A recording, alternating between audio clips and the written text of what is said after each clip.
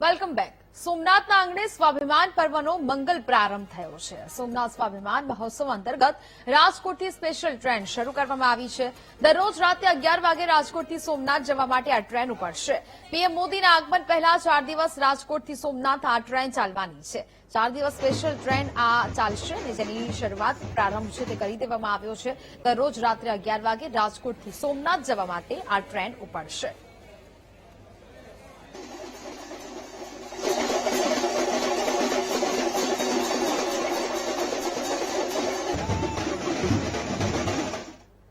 સુધી રોજ રાત્રે સ્પેશિયલ ટ્રેન દ્વારા મહાનગરોમાંથી સોમનાથ દાદાના દર્શન કરવા ભક્તો જવાના છે. ત્યારે રાજકોટમાંથી આજે પ્રથમ ટ્રેન જઈ રહી છે અને આજે 7 તારીખ, 8 તારીખ, 9 ને 10 4 દિવસ સ્પેશિયલ ટ્રેન રોજ રાત્રે ઉપડશે.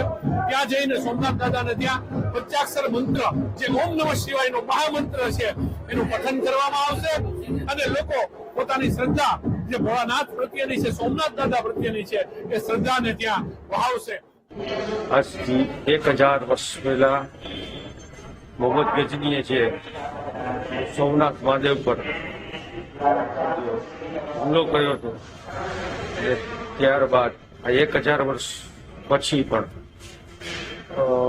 સરકારશ્રી દ્વારા, નરેન્દ્રભાઈ મોદીના દ્વારા, અને આજે અમે અહીંયા દર્શન કરવા આવ્યા છીએ.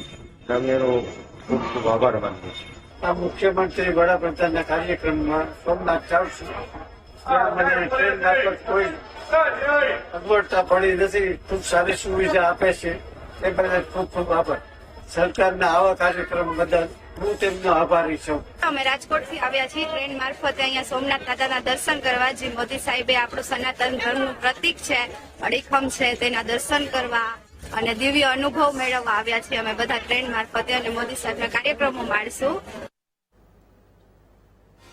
દેશના ગર્વ એવા સોમનાથ મહાદેવ મંદિર પર મોહમ્મદ ગઝની અનેક વખત વિદેશી આક્રમણો કર્યા અને છતાં આજે પણ સોમનાથ મહાદેવ મંદિર અડીખમ ઊભું છે. ત્યારે સોમનાથ મંદિરને 1000 વર્ષ પૂર્ણ થવાના પ્રસંગે સોમનાથ સ્વાભિમાન પર્વ ઉજવવામાં આવી રહ્યો છે.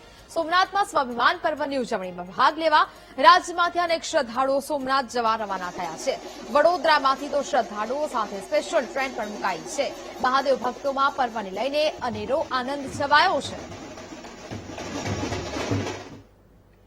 હાલની કેન્દ્રની સરકાર તેમજ રાજ્યની સરકાર, કેન્દ્રની સરકાર નરેન્દ્રભાઈના નેતૃત્વ હેઠળ અને રાજ્યની સરકાર ભૂપેન્દ્રભાઈના નેતૃત્વ હેઠળ ભારતની સંસ્કૃતિને ઉજાગર કરવા માટે તમામ પ્રયાસો કરી રહી છે.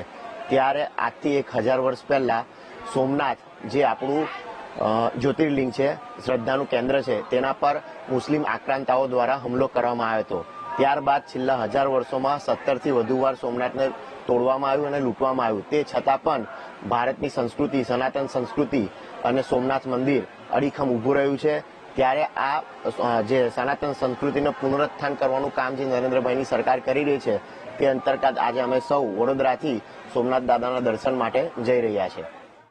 સોમનાથ મંદિરને 1000 વર્ષ પૂરા થતા હોય, ભારતીય સંસ્કૃતિ જે વિશ્વમાં પ્રખ્યાત છે, એને મુગલો દ્વારા જે ધ્વસ્ત કરવામાં આવેલી, એને ફરીથી યાદ અપાવી અને આપણી સંસ્કૃતિને જીવતી રાખવા માટે આપણા વડાપ્રધાન નરેન્દ્ર મોદી સાહેબ જે ઝુંબેશ ચલાવી છે, એ ઝુંબેશના એક ભાગરૂપે આજે વડોદરા જિલ્લામાં પાદરા તાલુકો, ડભોઈ તાલુકો, ચિનોડ તાલુકો, કરજણ તાલુકો, સાવલી તાલુકો, આ બધા જ 8 તાલુકાઓ ભેગા મળી અને આજે એક સ્પેશિયલ ટ્રેનનું આયોજન કરીને મોદી સાહેબ આજે વડોદરાથી વેરાવળ એટલે કે સોમનાથ મંદિરના દર્શન માટે લઈ જાય છે.